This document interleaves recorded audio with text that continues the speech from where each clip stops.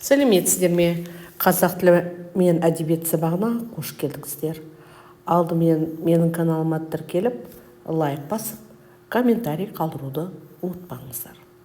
Бүгін біз сіздермен ер есімі ел есінде атты бөлімді бастаймыз. Бірінші бүгінгі тақырыбымыз бүгінгі сабақтың мақсаты.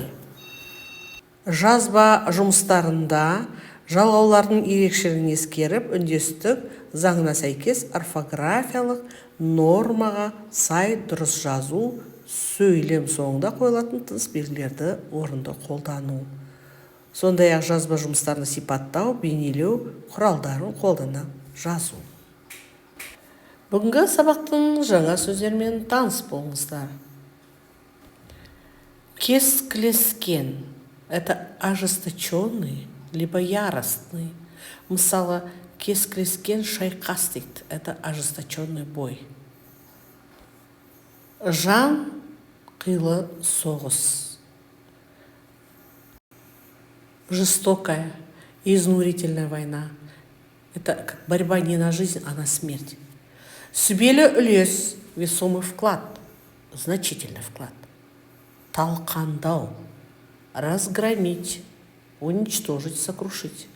Асқақтау – это возвышаться, превозноситься, быть величественным. Естеріңізге сақтап қалыңыздар.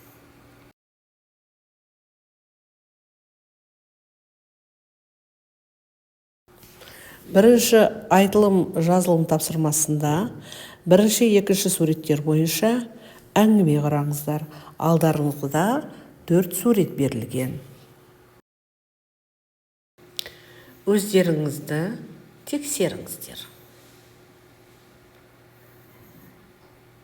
Келесі жазылым тапсырмасында 3-ші, 4-ші суреттер бойынша қажетті сөздерді пайдаланып, шағын әңгіме құрыңыздар. Алдарыңызда қажетті сөздер берілген.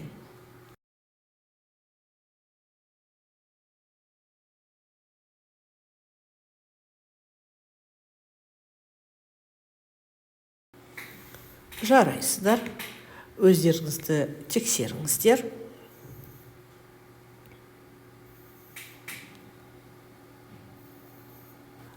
Бүгін біз сіздермен есімдік және есімдіктің қандай топтарға бөлінетінін өтеміз. Есімдік зат есімнің, сын есімнің, сан есімнің орнына жұмсалатын сөз табы. Есімдіктер жіктеледі, септеледі, тәуелденеді, көптеледі. Мағыналарына қарай есімдіктер 7 топқа бөлінеді. Мы с вами будем говорить о местоимениях. Местоимение – это самостоятельная часть речи, которая указывает на предметы, признаки, количество, но не называет их. По значению и грамматическим признакам выделяется 7 разрядов местоимений. Алдымен жіктеу есімдігіне тоқталайық. Жіктеу есімі белгілі бір жақ түрінде қолданылады.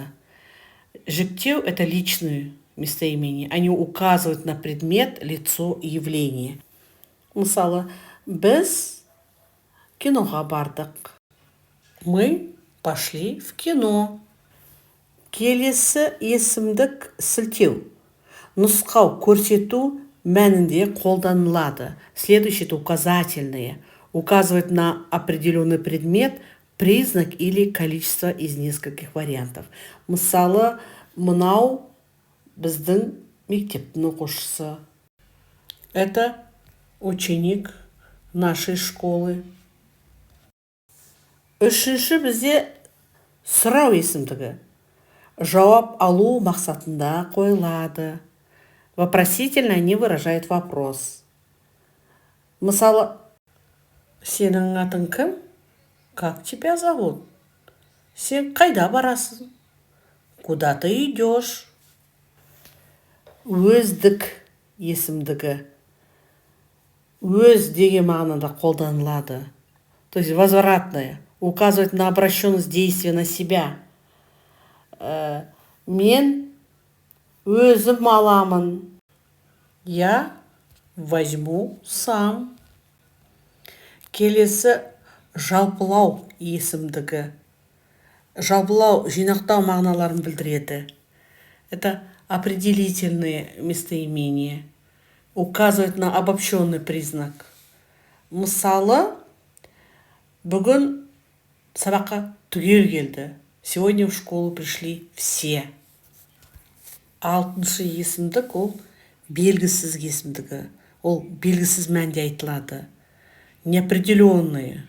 То есть указывает на неизвестные предметы, явления, лица, признаки, количество. Мысалы, кейбір адамдар оны түсінбейді. Некоторые люди не понимают этого. Соңғысы болымсыздық есімдігі. Ол болымсыз мағынаны білдіреді.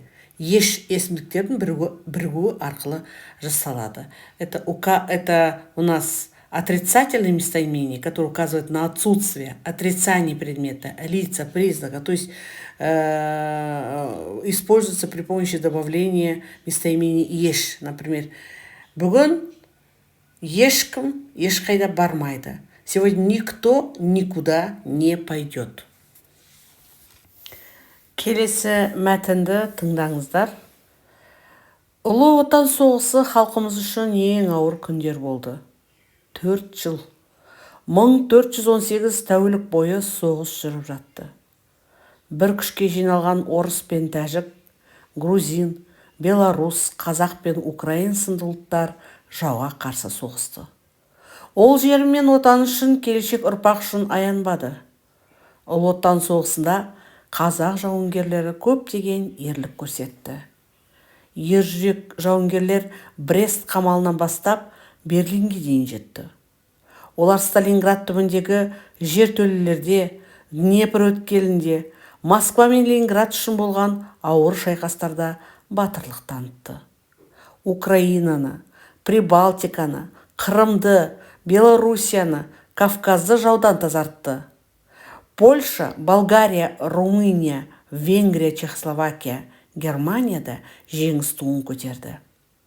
Сол отты жылдарда рухы күшті отадастарымыз араласпаған бірде-бір шайқас болмады.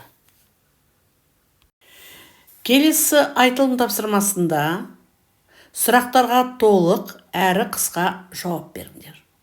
Жауаптарында қазақ тіліндегі төл дыбыстардың дыбысталуын, үндестік заңын сақтаңдар.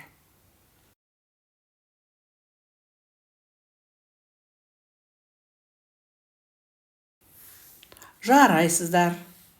Өздеріңізді тексеріңіздер.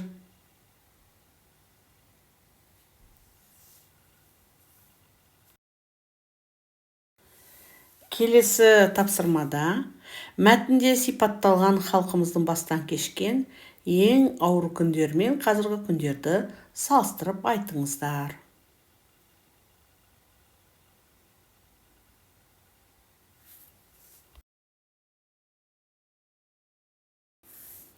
Жарайсыздар. Өздеріңізді тексеріңіздер.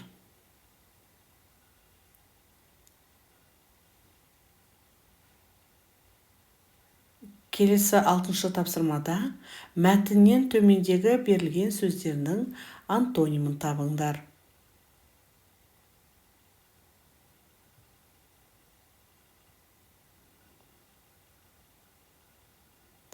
Алдарыңыздағы жауаппен салыстырыңыздар.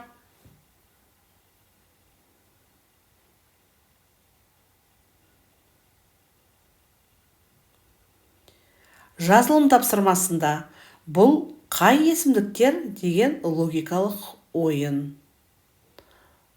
Алдарыңыздағы екі сөйлемнен бұл қандай есімдіктер екенін табыңыздар.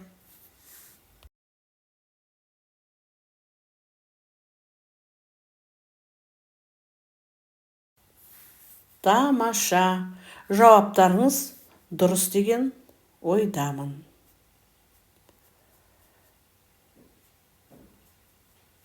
9-шы тапсырмада сұрақтарға толық жауап беріңіздер. Здесь дайте полный ответ к данным вопросам.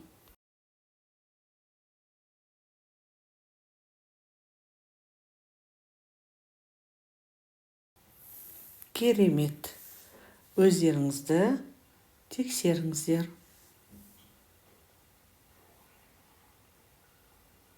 10-шы жазылым тапсырмасында өзің тұратын жердегі Ұлы Отан соғысына не ауған соғысына қатысқан ардагерлер туралы мәліметтерді жинап, диаграмманы толтырыңыздар.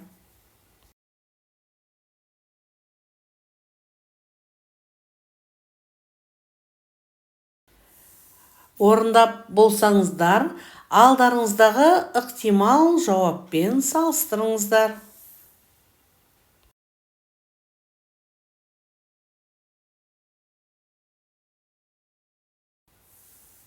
Соңғы жазылым тапсырмасында мәтіннен зат есімдер мен сан есімдерді тауып жазыңыздар. Олардың түрін ажыратып айтыңыздар.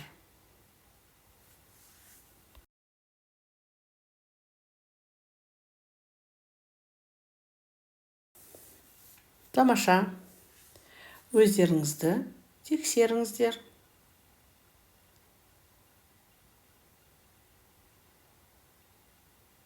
Осымен бүгінгі сабағымыз аяқталды. Сау болыңыздар. Назарларыңызға рахмет.